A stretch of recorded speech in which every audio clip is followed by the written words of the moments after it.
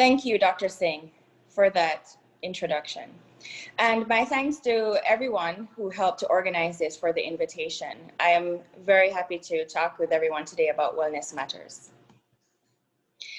The World Health Organization defines wellness as a state of complete physical, mental, and social well-being, and not merely the absence of disease or infirmity.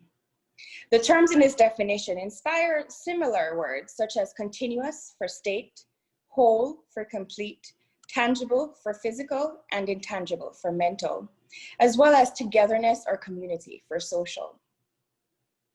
Indeed, during the pandemic, we often say or hear, we are all in this together.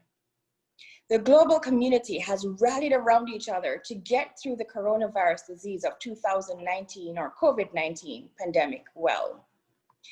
In the midst of a nation in turmoil with pandemics juxtaposed, coronavirus, and racial and ethnic inequities, we find ourselves in the middle of it all as physicians and as women physicians. Along with everyone else in medical authority, we encourage those around us and all we serve to distance physically more so than socially. We want people to remain social, to enhance wellness, yet we need that socialization to be safe and physically distant to foster tangible wellness. We encourage everyone to recognize that conversations, relationships, love, songs, reading, hope, joy, getting outdoors, music, family, and self-care should not and will not be canceled. This is the good stuff, the intangible components of wellness. So many of us in healthcare are sacrificing this period of our lives, or in fact, our very lives, so that our patients can be whole. This altruism that led us here is continuous and indestructible by the Rona. Many of us turn to visual wellness inspired by COVID-19 to help capture the essence and sentiments of these challenging times. Art and other forms of creative expression of what's inside of us or in society can motivate us to see more, be more, and serve more. These matters at hand are crucial to help maintain our state of complete physical, mental, and social well-being. If we're honest with ourselves, we recognize that most of us live at best in a state of incomplete well-being. Yet we can stand together against cancellation of our will and empower each other on this journey to wellness. It's never been a destination. It's always been a process that we continue to learn daily. And we cannot ignore what a recent president of the World Medical Association describes as the physician burnout pandemic. We must find ways to transform our professional lives from a state of burnout to a state of wellness. A study from the American College of Cardiology, our organization, reported that 27% of cardiologists experience burnout, compared to 43% from Medscape, while 49.5% reported being under stress with limited energy. And this survey was led by our WIC Leadership Council. In another study, approximately 15% of cardiologists reported experiencing depression. And among these, 33% easily became exasperated by patients, and 32% felt less engaged with patients.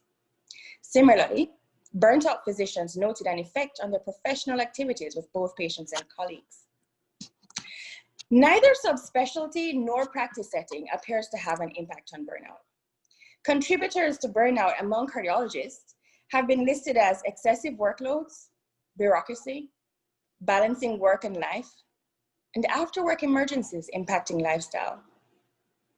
The constantly evolving technology was also identified as a culprit, with 57% of cardiologists reportedly accessing the electronic medical record at home. I think we may all be guilty of some of this. Further, in the era of COVID-19, most of our professional and social interactions have been transferred to virtual interfaces. The absence of physical togetherness can take its toll on our emotional or mental wellness, coupled with decreased social support for many in the pandemic. One cardiologist wrote in a survey that our profession is the most unhappy specialty, but also the least likely to seek professional help. Thus, to cope, many physicians turn to food, alcohol, drugs, or smoking. The struggle is real across our professions, and we must, as a society, pursue recommendations for burnout mitigation strategies. These initiatives must be conducted in shared responsibility for physician wellness. Resilience-based interventions should consider job design, leadership, and management training, and must be endorsed by the C-suite with commitment to broad sweeping implementation across institutions.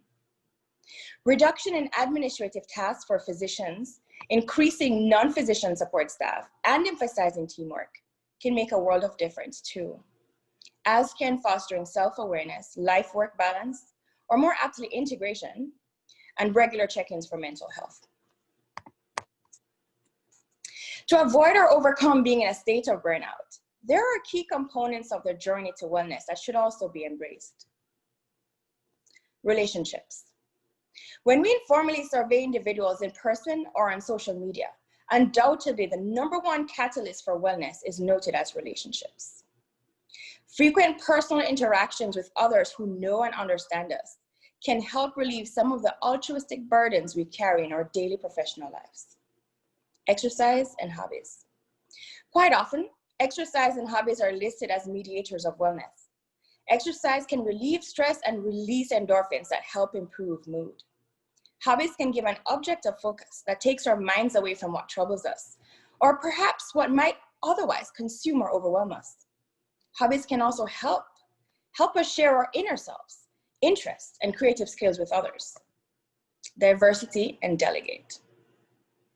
Welcoming a diversity of perspectives and selectively delegating to individuals with the appropriate level of training and preparation can offload some of the pressure on our generally full plates. Surrounding yourselves with individuals who enjoy taking initiative and being resourceful can be mutually beneficial. Compassion for self. Giving yourself permission to have compassion for yourself is tremendously underrated, especially by women. We are so used to caring for everyone else around us and sharing our compassion selflessly that we often forget to do so for ourselves. To bring our best selves to the table and to truly give our best to others, we need to first invest in our own selves in ways that matter most to each of us. Unplug.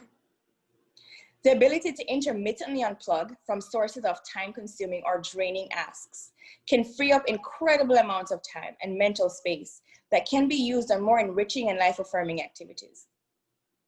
Purpose.